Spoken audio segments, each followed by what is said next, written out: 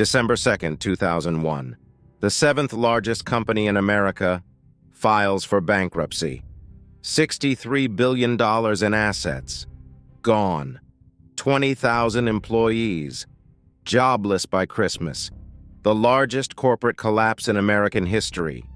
And it happened in 16 weeks. But this wasn't a company that failed. This was a company that never existed. Not really. Not the way they told you. Rewind 6 years. Houston, Texas. A natural gas pipeline company called Enron makes a promise. Energy for the new millennium. Deregulation. Innovation. They would build the market of the future, trading energy like stocks. And Wall Street believed them. Fortune magazine named Enron America's most innovative company, 6 years in a row. Their CEO, Kenneth Lay, golfed with presidents. Their golden boy, Jeffrey Skilling, told analysts that Enron wasn't just an energy company anymore. They were a logistics company, a broadband company, a weather derivatives company. They were whatever they needed to be. Enron promised to revolutionize American business, but that promise was built on something else entirely. In 1985, Enron was worth $2 billion. By the year 2000, $63 billion. That's not growth, that's alchemy. Kenneth Lay had been a regulator before he was a CEO. He understood something crucial. If you help write the rules, you can bend them. Enron lobbied for energy deregulation, and when deregulation came, they were waiting. Jeffrey Skilling built a trading floor that made Wall Street look quaint. Natural gas, electricity, bandwidth, even the weather. If it could be measured, Enron would trade it. Their stock price tripled, then tripled again. Investment banks fought for their business. J.P. Morgan, Citigroup, Merrill Lynch. They all wanted a piece. By 2000, Enron's stock traded at $90 a share. Analysts had price targets of $130, $150.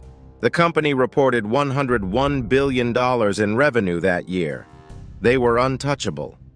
Except, one analyst noticed something strange. A man named Jim Chanos looked at Enron's filings and couldn't understand how they made money. Their profit margins were razor thin. Their return on capital was abysmal. The numbers didn't add up. But nobody wanted to hear it. Not yet. Here's what was really happening. Enron wasn't making money. They were inventing it. The architect was a man named Andrew Fastow, Chief Financial Officer. He created something called Special Purpose Entities, SPEs, shell companies with names like LJM, Raptors, Chuco. These weren't subsidiaries. They were hiding places. When Enron had a bad investment, they sold it to one of Fastow's SPEs. The loss disappeared from Enron's books. But here's the trick. Enron guaranteed those losses. If the SPE failed, Enron was still on the hook. They hadn't eliminated the debt. They'd just hidden it. $38 billion in hidden liabilities. And Fastow, he personally made $45 million running these shell companies. But it got worse. Enron used something called mark-to-market accounting. They could book the entire future profit of a deal the day they signed it. A 20-year contract worth $500 million? They recorded $500 million in revenue, day one, before a single dollar changed hands.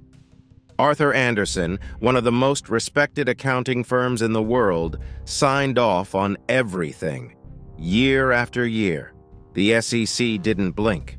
The board asked no questions, and every quarter Enron reported exactly what Wall Street expected, beat by a penny every single time, until October 2001, when they couldn't hide. Charles Prestwood worked for Enron for 33 years, started as a pipeline operator in 1967.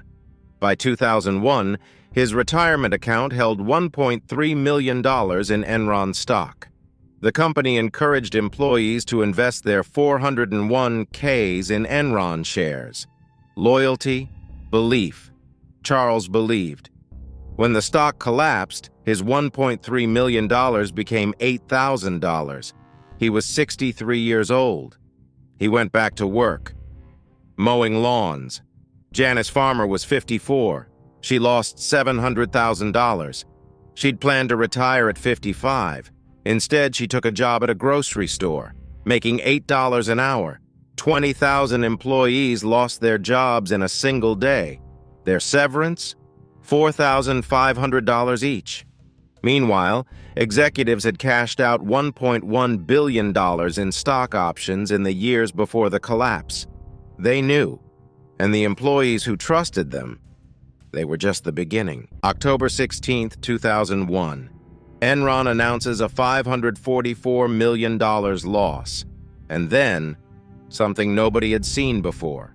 They casually mention a $1.2 billion reduction in shareholder equity, buried in the fine print. The Wall Street Journal starts digging. So does the SEC.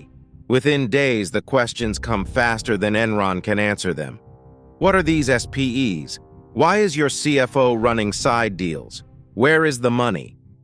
November 8th. Enron restates 4 years of earnings. They'd overstated profits by $586 million. The stock drops to $8. A week later, $4. Kenneth Lay appears on television, calm, reassuring. He tells employees to buy more stock. This is a buying opportunity, he says. Behind the scenes, he's selling $70 million worth. December 2nd, 2001. Enron files for Chapter 11 bankruptcy, $63 billion in assets, the largest bankruptcy in American history.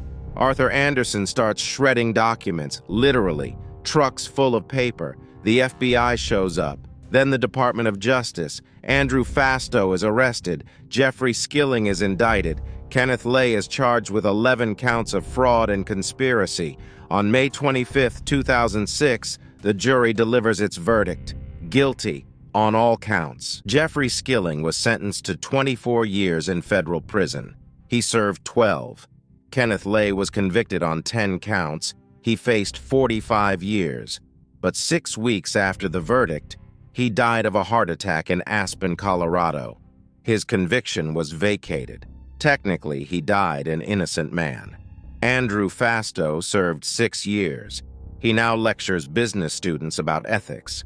Arthur Andersen, an 89-year-old firm with 85,000 employees, collapsed.